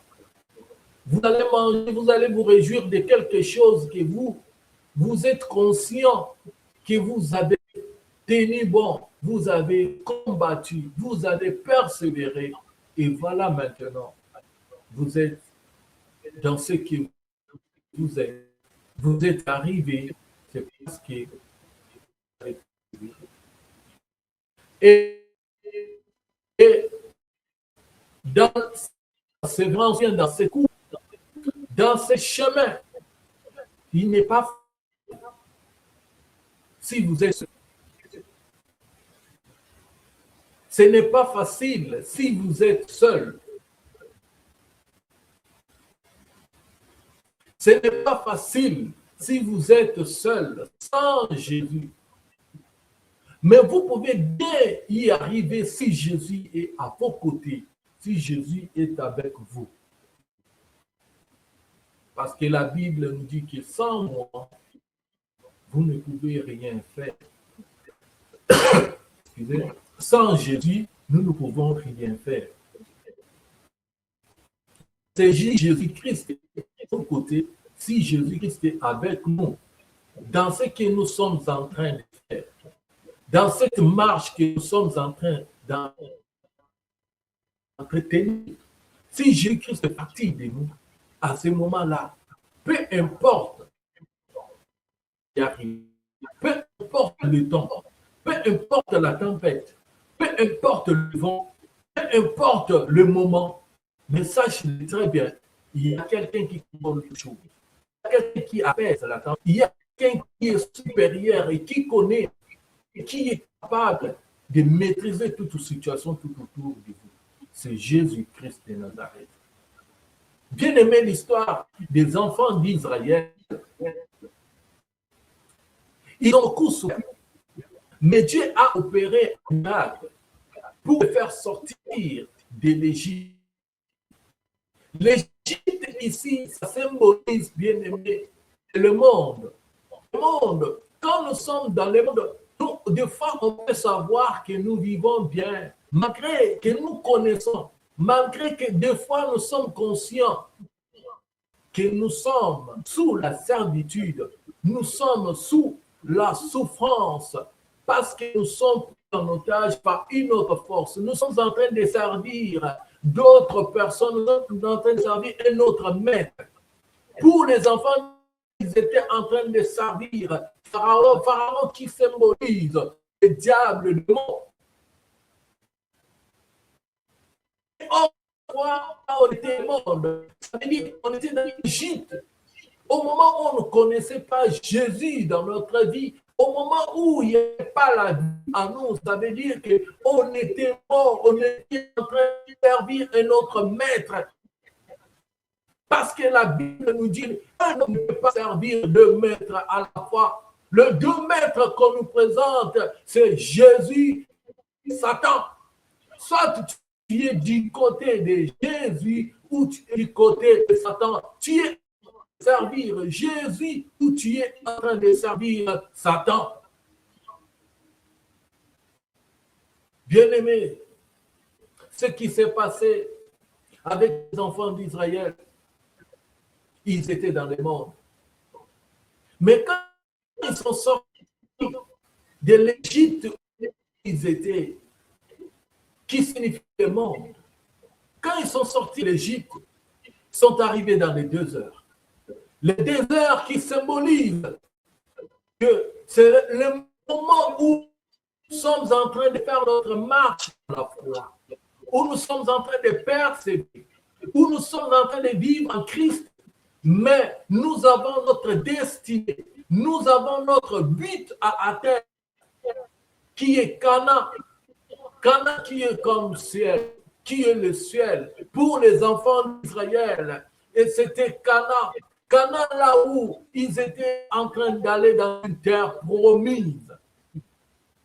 Là où on les avait promis.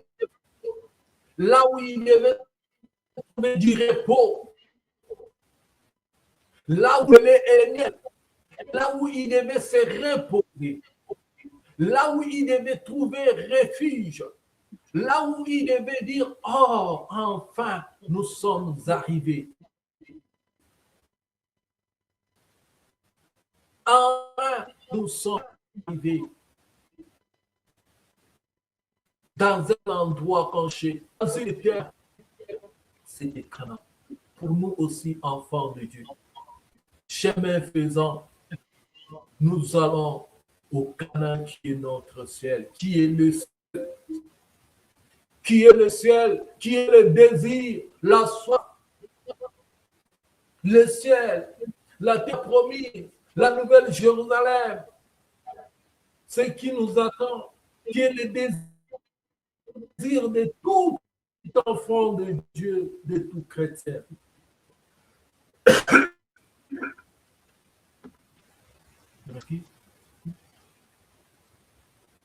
Les canons qui nous attendent,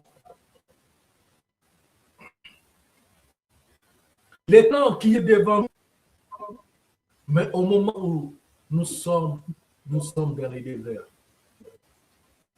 Nous sommes dans les déserts. Et la Bible nous dit, c'est lui qui persévérera jusqu'à il sera couronné, il obtiendra la vie. La persévérance, ce n'est pas facile d'appeler enfant de Dieu. Ce n'est pas facile d'être appelé chrétien. Parce que tel que nous sommes là, le monde a beaucoup de choses.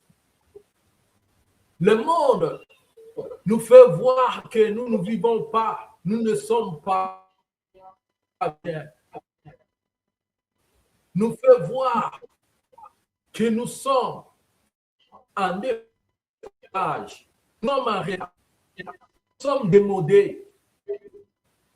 C'est comme les enfants d'Israël ici. N'est-il pas en Égypte sans qu'il en ait besoin de nous mener mourir au désert? Au désert. Dans les 2 heures. Ils ont commencé maintenant à réfléchir, à penser à ce qui était passé. Ils ont commencé à penser comment ils vivaient en Égypte. Ils ont commencé à vouloir même être toujours des serviteurs, être toujours au service des pharaons. Ils ont voulu être toujours au service des pharaons.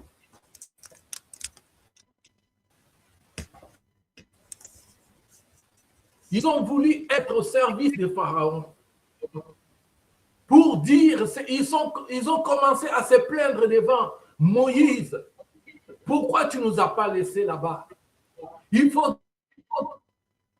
nous laisser là-bas. Il y a des sépulcres. Il y avait, pour tout ce qu'on pouvait faire, mal qu'on était, on était en service pour Pharaon. On était à leur service. Il faudrait nous laisser. Il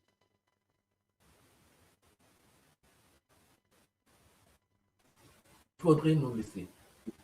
Bien-aimés, ils ont oublié la souffrance qu'ils étaient en train de vivre. Les chemins même qui a été, quand vous regardez même dans la carte géographique, quand vous regardez l'Égypte, là où se trouve l'Égypte et Canaan, ce n'est pas très loin. Mais les chemins que Dieu avait menés des enfants d'Israël pour arriver à Canaan, c'était tellement long. C'était un chemin où il y avait beaucoup d'obstacles. Vous vous imaginez que la mer Rouge, bien aimé, des fois Dieu nous fait passer des choses. Que tout ça, ce n'est pas pour rien. C'est pour nous faire voir combien Dieu est grand. Combien Dieu est grand. Des fois, tu traverses des choses, tu dis, mais Seigneur, pourquoi est-ce que tu ne peux pas faire seulement tic-tac pour moi et tout est débloqué? Pourquoi tu ne peux pas seulement toucher si c'est fini? Qu'est-ce qui te manque pour m'amener dans tant de souffrance, dans une grande épreuve? Qu'est-ce qu'il faut? Or, tu peux seulement faire ça, et puis c'est fini. Mais Dieu peut le faire, oui. Mais il veut des grands obstacles. Il veut des choses compliquées. Que quand il va manifester sa grandeur, quand il va se manifester à décanter, à toucher, pour que les hommes, pour que toi-même, tu vois que ce n'est pas par ma force. Pour que les gens puissent voir que ce n'est pas toi, ce n'est pas moi, ce n'est pas un homme qui peut faire ça, c'est seul Dieu qui peut faire.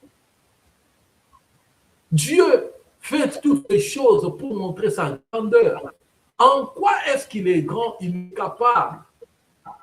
Des choses qui semblent être impossibles aux yeux des hommes, mais c'est possible à Dieu.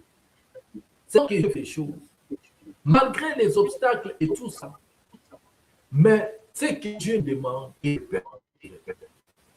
jusqu'à la fin. Quand on regarde Genèse chapitre 37, verset 7, nous voyons l'histoire de Joseph. C'est le commencement des enfants d'Israël pour être en Égypte, pour aller en Égypte d'esclavage. C'est par Joseph que les enfants d'Israël sont venus en Égypte. Bien aimé, regardez comment est-ce que Joseph a été vendu. Dieu commença à ouvrir et à parler à Joseph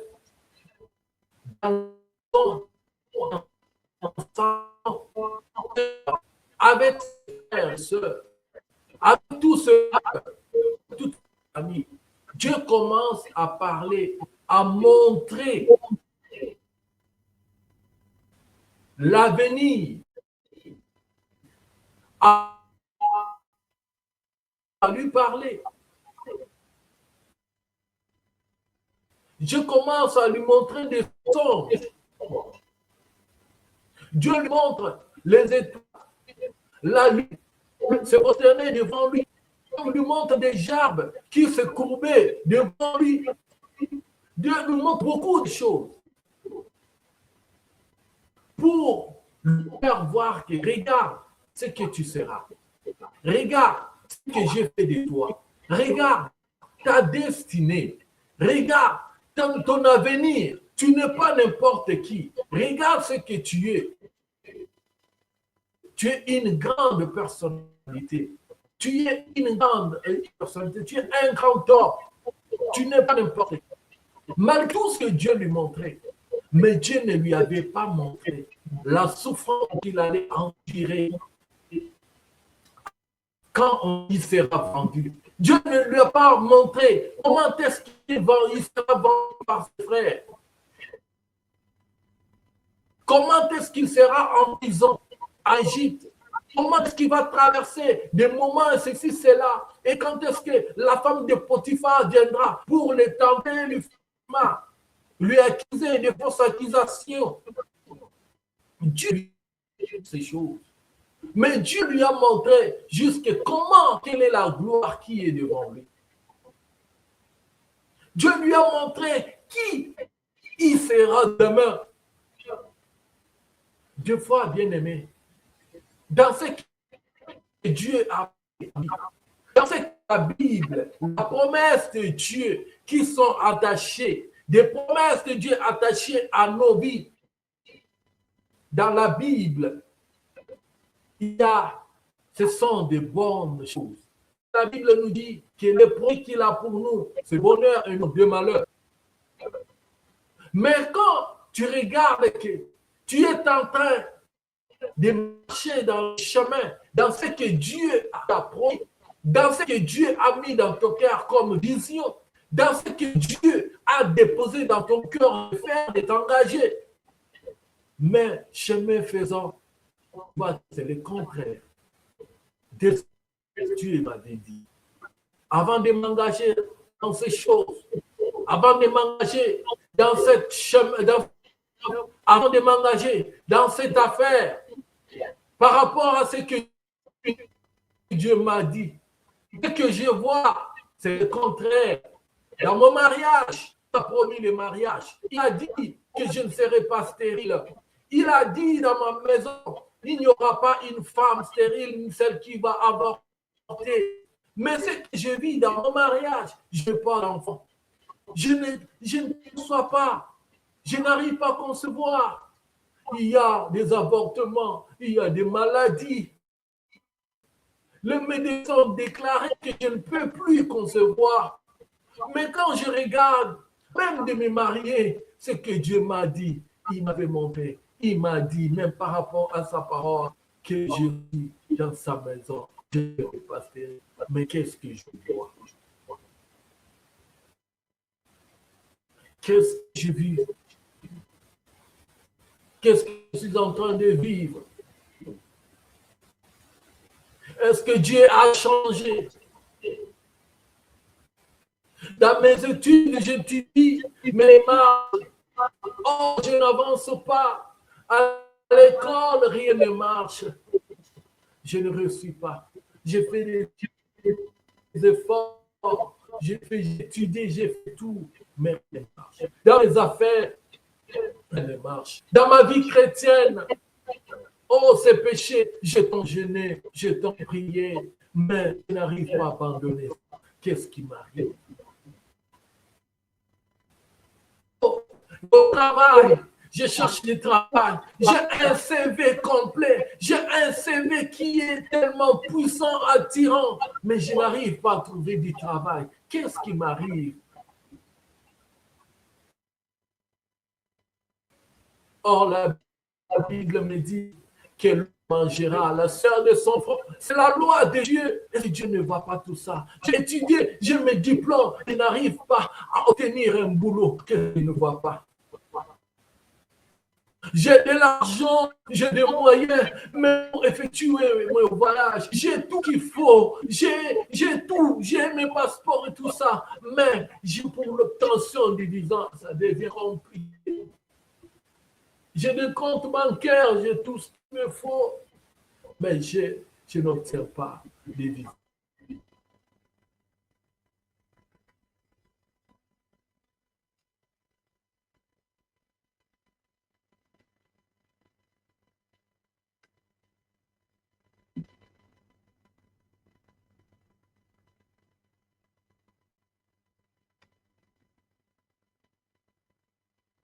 Toi, tu te dis que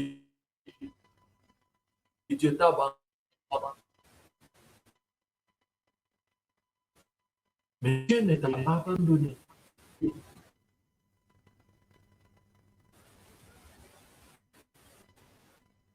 Dieu demande de persévérer. La persévérance. Quand on persévère,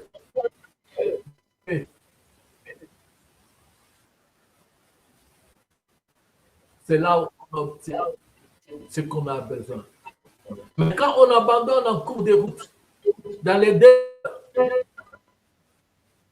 au moment où les enfants d'Israël murmuraient, il y a des serpents qui sont sortis, qui les mordaient, qui les morts. Dieu a dit, c'est dressé un serpent de rein, que tout enfant d'Israël qui les verra, ses yeux vers ces serpents de rein, il va pas connaître la vie. Ces serpents de rein dans le désert qui représentait Jésus-Christ, qui est l'incarnation de Jésus-Christ. C'est lui qui lève ses yeux, Jésus-Christ. Oh, ton visage sera rayonné.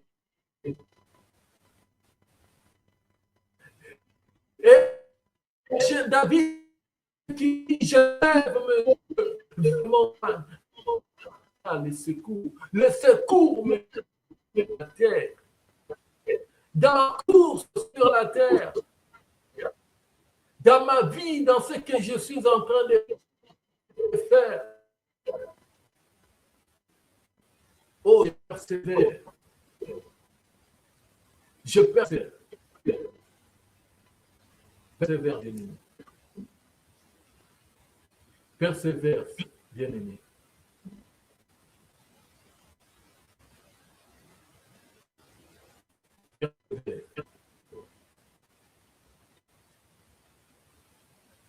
Persévère.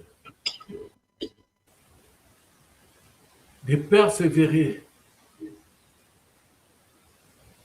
Bien-aimés dans le Seigneur, les enfants d'Israël, quand on est dans les déserts et qu'on commence à murmurer contre Dieu, des fois tu te demandes, oh, la voix de Dieu, c'est toujours comme ça. Oui, il y a des épreuves. Dans les chemins de Dieu, il y a des épreuves. Ce n'est pas toujours facile. Il y a des épreuves, oui.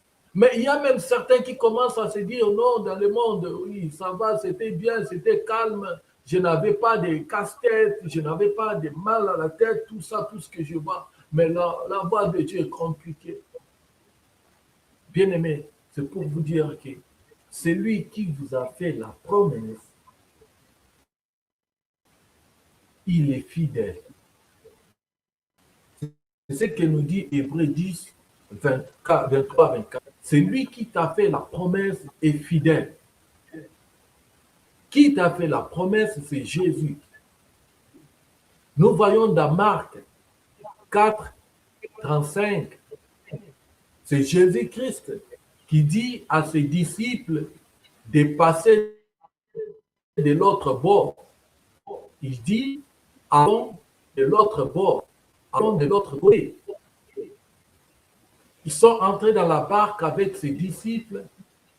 Ils commencent à faire le chemin, leur voyage.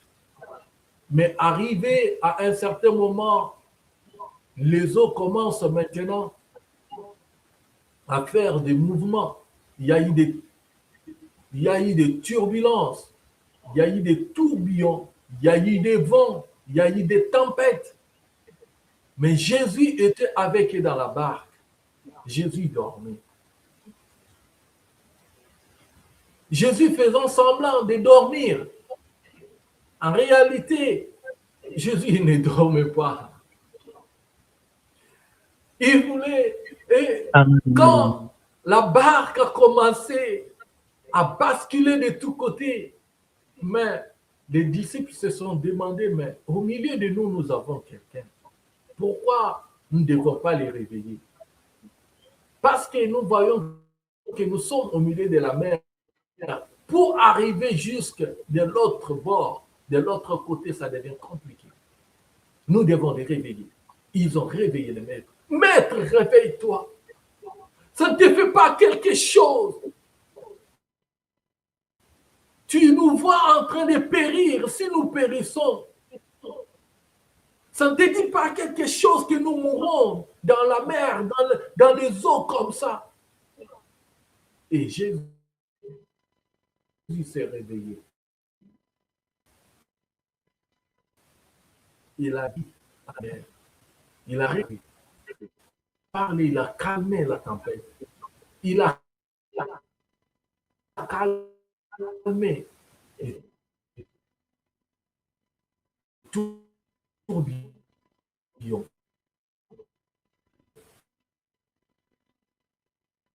Il a calmé tout. Et les disciples étaient étonnés. Ils ont dit, qui est cet homme? Quelle est cette personne? Sors, tu n'es pas seul. Il y a quelqu'un qui est avec toi, c'est Jésus. Il suffit seulement de le réveiller. Tu vas réveiller Jésus en quoi? Dans la prière. Tu vas le secouer et le dire, Seigneur, réveille-toi. Il est là, il est conscient, il sait ce que tu traverses. Ce qui est devant toi ne va pas te tuer. Même le monde dit que ce n'est pas ce qui va me tuer. Ce n'est pas ce qui... Il y a un adage qui dit, ce n'est pas ce qui va venir, qui va me tuer. Quelque chose comme ça, ils disent, le monde dit, il y a un adage qui est comme ça. Mais si tu sors vivant devant la chose que tu vois que ça va te tuer, mais si tu sors vivant, tu es épargné de la chose là, sache-le très bien que Jésus-Christ t'a sauvé. Sache-le très bien que tu auras, c'est toi qui as trompé de la chose. Parce que ça n'a pas pu te tuer. Ça, l'image, ou bien, savez, c'était avec l'impression de te tuer. Mais du fait que ça ne t'a pas tué, c'est toi maintenant qui triomphe de la chose. C'est toi maintenant qui es victorieux de la chose. Sache-le très bien que tu n'es pas seul dans la barque. Tu n'es pas seul dans cette preuve, dans les déserts, dans ces déserts, dans ce chemin. Tu n'es pas seul. Dans la vie chrétienne, tu n'es pas seul. Mais il y a quelqu'un qui est à côté, qui t'a dit de traverser de l'autre bord. C'est Jésus qui t'a dit d'aller de l'autre bord. Comme lui, il m'a dit, moi j'obéis à sa voix, à ce qu'il m'a dit. Je mets ma foi à ce qu'il m'a promis, parce que c'est lui qui m'a promis, c'est lui qui m'a dit. Je lui fais confiance. Il maîtrise toutes choses. Il maîtrise ce que moi je ne maîtrise pas. Il voit ce que moi je ne vois pas. Il combat les combats que moi je ne combats pas, mais il remporte la victoire. Il me conduit dans les chemins où moi-même je ne connais pas les chemins, mais lui-même il maîtrise la vie, les chemins, la vérité. Il maîtrise. Il sait où il m'amène. Il ne va pas m'amener dans quelque chose d'aventure. Il ne va pas m'amener pour me tuer, pour me donner l'or, mais il va m'amener pour me donner la vie. Oui, j'ai l'assurance. Oui, j'ai la foi. J'ai confiance en ce Dieu. Que là où il m'amène, c'est pour la gloire. C'est ce que les enfants d'Israël, deux fois, n'ont pas pu comprendre. Que lui qui était avec eux, la colonne de feu, pendant la journée, il était au milieu d'eux. C'était la colonne qui les accompagnait. Et pendant la nuit, la colonne de feu, c'était lui-même Jésus. C'était lui-même Dieu qui était avec eux. La manne qui tombait du ciel, une nourriture qui descendait du ciel, c'était des miracles qu'ils ont vus. C'est pour vous dire que Dieu s'est montré fidèle dans leur chemin. Dieu était avec eux.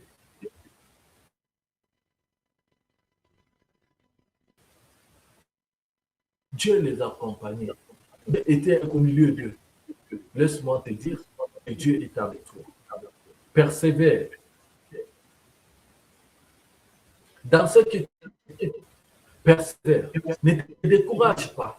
L'ennemi peut te montrer le contraire. L'ennemi peut venir pour te décourager. Mais persévère. Quand on dit à ceux qui ont traversé de l'autre bord, ils ont traversé. Malgré la tempête de tourbillons, mais s'il les avait dit, celui qui les avait donné cet ordre, il était là, il a calmé la tempête, il était au contrôle de toutes choses. Persévère. Crois en Dieu, crois en Jésus, il ne t'abandonne pas, il est avec toi. Ne te délaisse pas.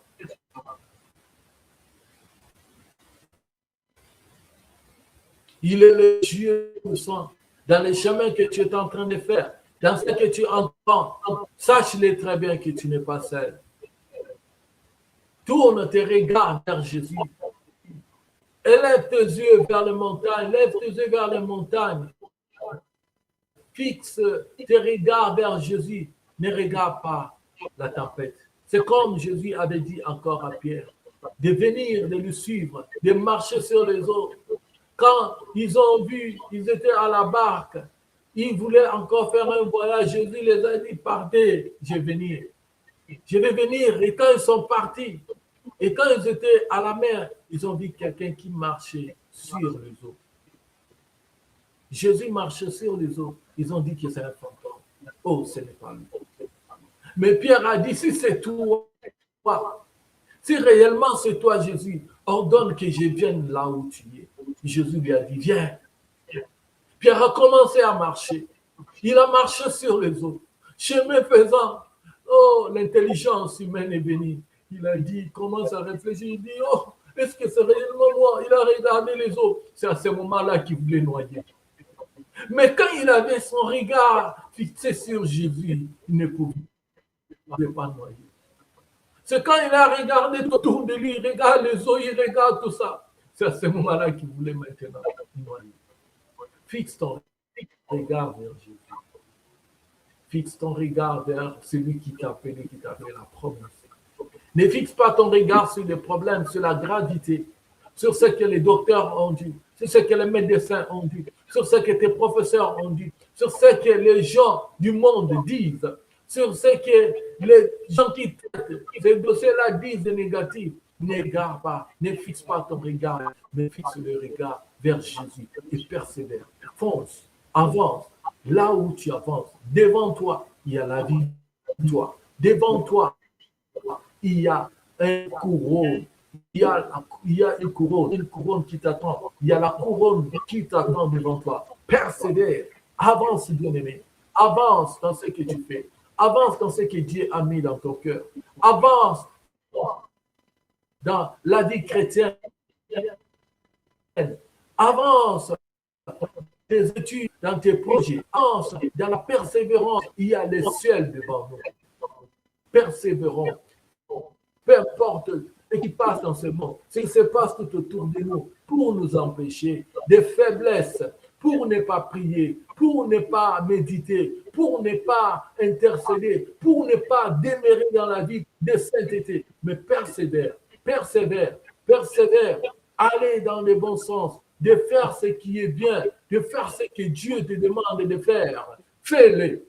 Ne regarde pas tout autour de toi. Ne regarde pas sur des gens. Ne compte pas sur des gens. Mais sache-le très bien. Il y a quelqu'un qui est là. Jésus-Christ de Nazareth, qui est avec toi. Il ne t'a pas abandonné. Et il ne t'abandonnera jamais. Il sera avec toi. Persévère.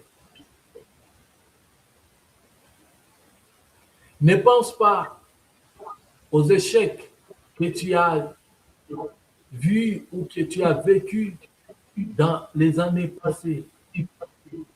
Ne doute pas de ce que toi, souvent tu as fait, mais ça ne marche pas. Mais cette fois-ci, c'est Dieu qui t'a dit. C'est la parole de Dieu. Et dans cette nouvelle année, tu vas prier, tu vas dire à Seigneur, Seigneur, je ne vais pas marcher seul. Je ne vais pas m'engager seul. Je ne vais pas avancer seul. Mais je vais avancer avec toi. Je vais compter sur toi, sur ta fidélité. Je vais compter sur toi. Je vais marcher avec toi. Parce que la Bible nous dit dans Ésaïe 43, en 18, il nous dit, ne pensez plus aux événements passés et ne considérez pas ce qui est ancien. Mais je vais faire quelque chose de nouvel. C'est le point d'arrivée. Il va tracer les chemins. Dieu va tracer les chemins, même dans les déserts. Dieu va tracer les chemins. Là où il n'y a pas de chemin, des gens, des personnes que tu ne connais pas, viendront à ton secours. Dieu mettra des personnes, de bonnes personnes dans ton chemin. Et que Dieu écarte dans ton chemin tout ce qui n'est pas de lui. Tout ce qui peut t'amener à pécher, tout ce qui peut t'amener à t'empêcher d'aller au ciel, de vivre ta vie d'intimité, de vivre une vie dans le chemin de Dieu. Tous ceux qui viennent pour t'empêcher à persévérer avec Jésus dans la foi, tout ce qui peut t'empêcher à ne pas accéder à ce que Dieu a mis devant toi pour t'écarter de ta bénédiction, pour t'écarter de la promesse de ce que Dieu t'a promis dans ta vie. Que Dieu les écarte, qu'ils soient écartés tous au nom de Jésus-Christ. Et que tu vives ce que Dieu a promis dans ta vie. Mais persévère. Tout ce qui peut t'empêcher, que cela soit enlevé devant toi. Et pour que tu arrives dans la terre promise, au Canada. Celui qui t'a dit, c'est Jésus. Ce n'est pas un homme.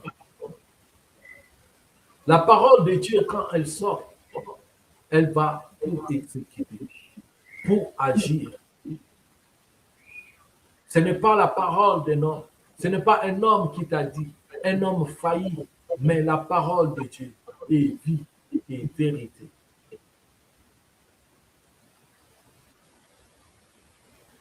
Persévère dans ce que Dieu a mis dans la vision, ce que Dieu a déposé dans ton cœur. Persévère. Persévère.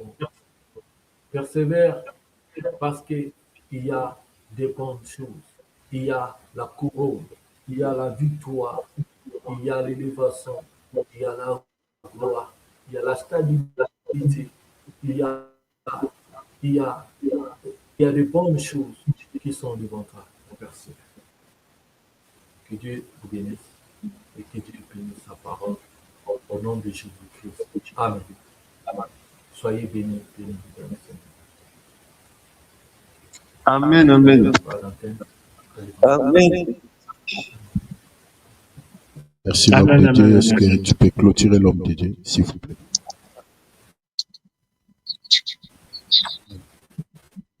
Je pense que l'homme de Dieu n'a pas les retours. Il m'attend.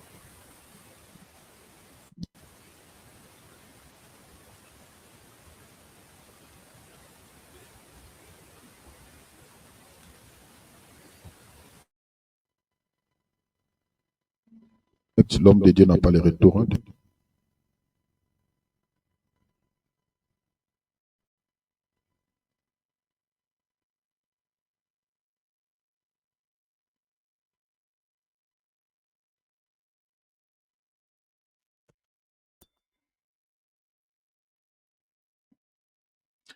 Gloire au Seigneur.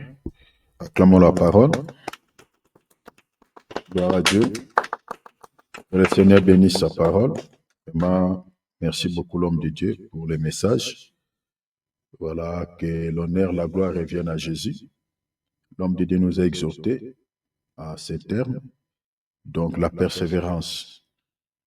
Nous devons persévérer. Même si vous voyez, et voilà, que ça ne marche pas tout au début, il faut toujours croire à Jésus, il faut persévérer. La vie chrétienne, c'est une vie qui est bâtie sur la foi. La persévérance est liée à la foi.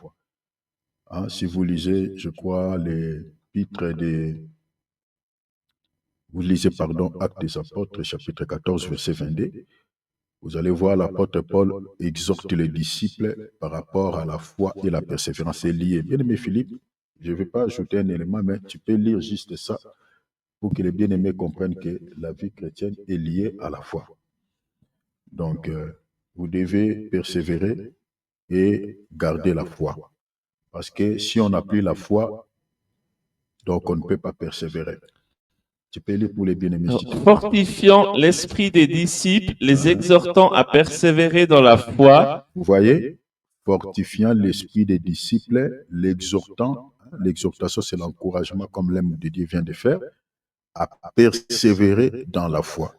Et disons, la persévérance, tu peux même t'arrêter là, mon frère, c'est bon. Donc la persévérance est attachée à la foi. Ouais. Est-ce que vous m'entendez bien? Est-ce que le son est bon? On dirait l'homme, bien-aimé Philippe me dit qu'il n'y a pas... Oh, désolé, hein, je crois qu'il y a un problème. Oh, il y a un problème. Attends.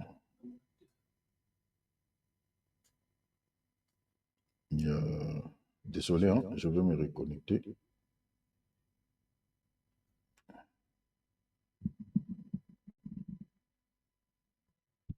Gloire à Dieu. Là, vous m'entendez bien.